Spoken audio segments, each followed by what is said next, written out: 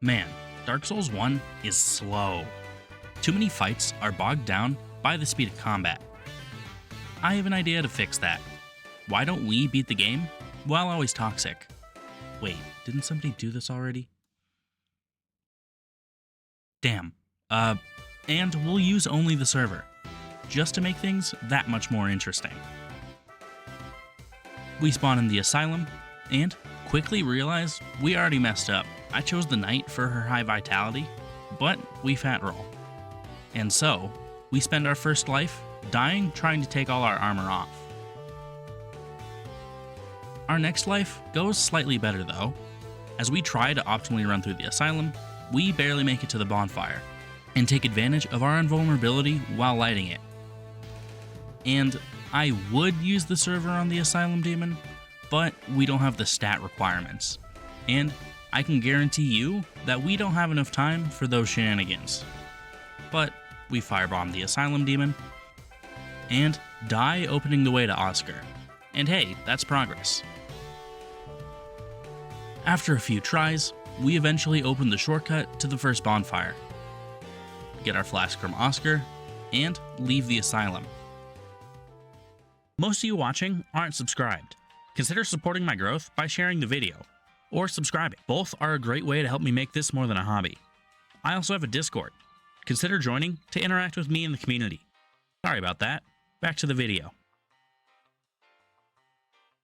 Alright, now that the world is open to us, we killed a crestfallen warrior. Duh, free souls.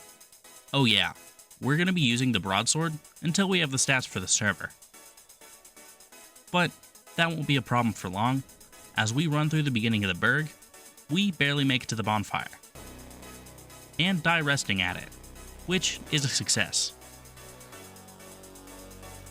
And we farm for souls here, until we've leveled our stats enough to be able to use the server. And how good is the server exactly? Not very. It's really slow, and the damage is really disappointing for our greatsword. On the bright side, it heals you with every hit. It's kinda impossible to see while toxicked, and that translates to it being pretty much a non-factor in our survivability. Our one potential advantage is gone. We move forward and die triggering the barrel, which is progress. Next time, we make it to the tourist demon with 2 Estus. Oh, ladders are our biggest enemy. It takes forever to climb these ladders, and that means we can basically not afford to climb them. And we wouldn't, if not for these two. With no Estus left, we use a gold pine resin to hopefully speed this up. Damage is fine, but we get lucky, and the demon falls off the edge. And we open the shortcut, with safety. We then spend most of our Estus waiting out the drink, but it leads right to the bonfire, so I don't see an issue. Beginning in the parish, we attempt to skip the hollow room. It seems we're successful, until we aren't. Now, we have to go through the long way, and it's pretty hard, with a lot of bottlenecks and time wasters. We open the door at some point though, and die grabbing the basement key. As you could imagine, this makes things easier, and we grab the Firekeeper soul here, and unlock the shortcut to Firelink. We head to Anastasia, and reinforce our flask, effectively increasing our effective health, and ergo, increasing our time. We head to the gargoyles from Firelink, because the 10 flasks is really nice. Starting out on this fight, we use a pine resin just to speed it up that much. We get an early tail cut, which is more annoying than helpful. And the second gargoyle spawns soon after that. Our goal is to take out the first gargoyle as quickly as possible, due to him being the bigger threat. And once we accomplish that, there's just one threat to us. We swing a couple times, and he goes down, making for an interesting challenge.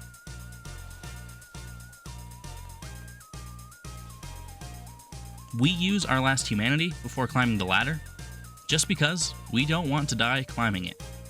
We make it, but it's a little close. And with that, we've rung our first bell of awakening. Next order of business, lower on Deadberg. We open a quicker entry, kindle our bonfire to 10, and devise a plan. Our plan is simple. Kill the first 3 dogs, run to the other 2, catch one as he's running, and run to the boss gate. I spent a long time here trying this strategy. It wasn't the best, but it did allow me some attempts on the boss. Well, sometimes.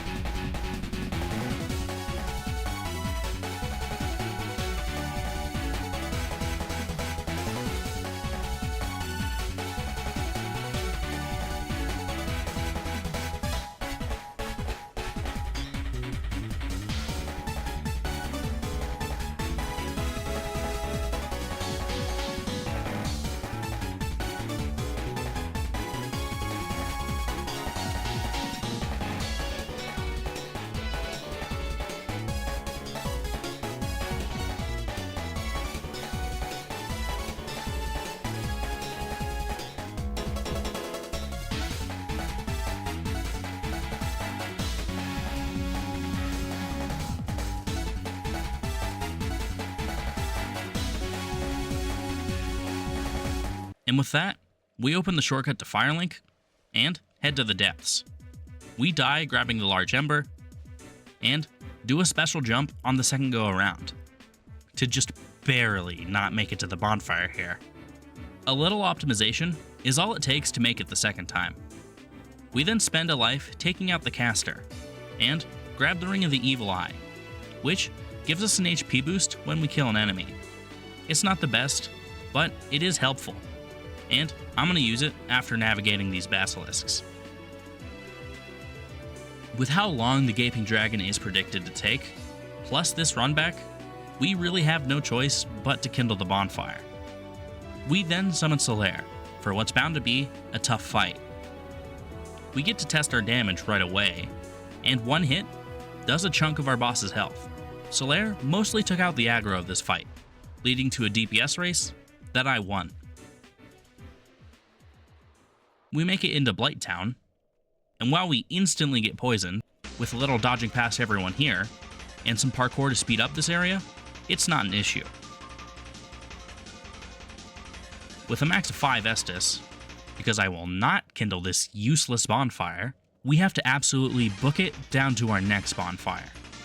And it takes a few tries, but we barely make it, just once, which is all we need. This bonfire is an easy choice for kindling, but this time, that won't be enough. We're gonna need a more powerful Estus. So, as Mildred invades, we set out to go grab another Firekeeper soul. Grabbing it is actually no issue, but I just made a huge mistake. Can you guess what it is? I'll give you a hint. He starts with an L, and is a traitor, and okay, it's Lautrec. He killed Anastasia. And that means I can't upgrade my flask yet. And also, Firelink is out. So, 10 Estus for Quelaag it is. Quelaag herself? She wouldn't be a challenge if not for the Toxic. And she can stall really well, unfortunately for us. With her lava and AoE, and her general movement, it's all to slow the pace of the fight. Thankfully, we're just the best Dark Souls player in the world. Take down this boss, easy. And with the second bell rung, we upgrade our Estus at the Daughter of Chaos. Sen's Fortress is more of a speedrun than anything else. And, after making it to our next bonfire, a dilemma shows its head. Which bonfire do we run to the golem from? We could run from the parish, and have 10 Estus, and a short route to the golem, or we could run from the bonfire we just found, which isn't kindled, but it has a shorter run back. The answer is neither. As has been the case throughout this run so far, the answer here is to kindle the bonfire. And now, able to take on the boss, we spend all of our Estus knocking the golem off the ledge for a slow but steady fight. Oh god damn it, really? Well, this run made it further than I thought it would. Let's keep going. Down the elevator to stall us, up onto the rafters, lead this guy off, take a shortcut, kill this guy, and we're to our next bonfire already. This is gonna be a shocker, but we kindled the bonfire. And, after a shortcut, we have an important act of revenge to take. We're gonna take out Lautrec for his ring, and to get Firelink back. We can get some backstabs on him, which is useful because we don't take damage in the animation from his friends or Toxic. And so with a few backstabs, this fight is trivial. And now that we have a good ring, we can summon Solaire for Ornstein the Smo. Our friend does less damage than us, but is helpful in that he takes the aggro off the bosses. And so, with a little time, Ornstein goes down, leaving just Smo. And while damage is okay, we can stagger him with enough persistence, and so can Solaire. Well, let's just say Phase 2 wasn't meant to be a 2-on-1. And while Guinevere is trying to stall to get us killed, come on, let me kneel. We revive Anastasia, grab another Firekeeper Soul in New Lundo, and head towards our next boss, Gwendolyn. There's only one reason we're doing this now, rather than later. And that's because he's easy. That's because of the Brass Firekeeper, who gets mad after you kill Gwendolyn, but drops yet another Firekeeper Soul. And so Anastasia can give us a +4 flask. But that's not the best we can achieve, even now. And to achieve it, we have to head back through Blight Town. I think you can guess where I'm going with this. We have to kill the Daughter of Chaos. Not like I was going for that 30 humanity shortcut anyway.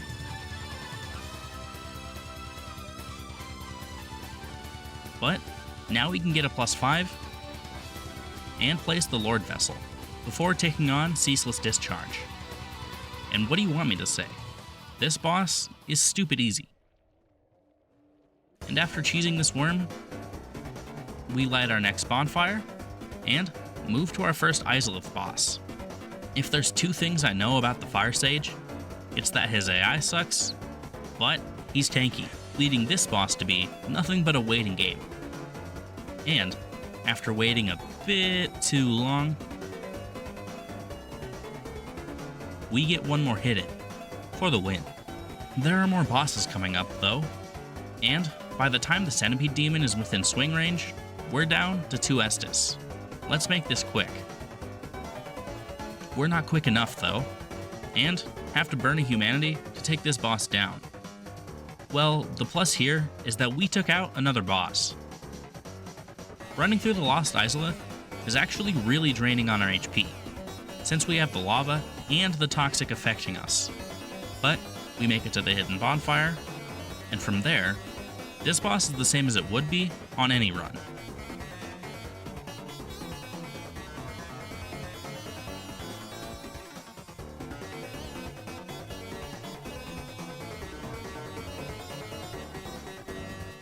Now, we're back at the altar. And we're back here to offer the Lord Soul we just got. Why, you may ask?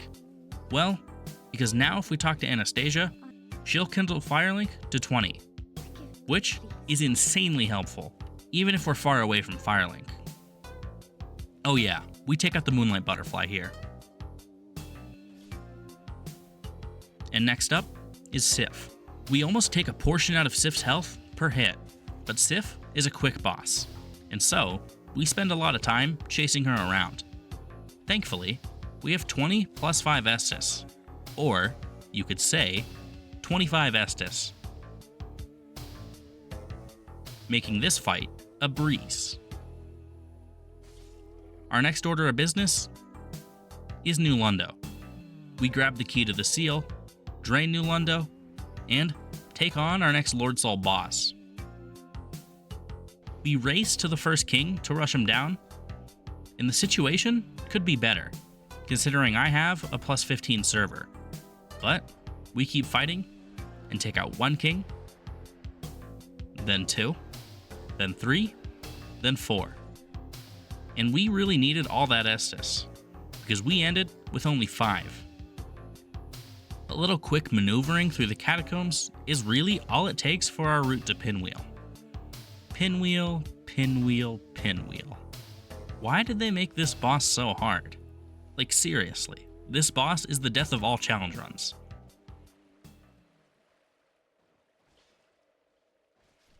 In the Tomb of the Giants, we do 2 things.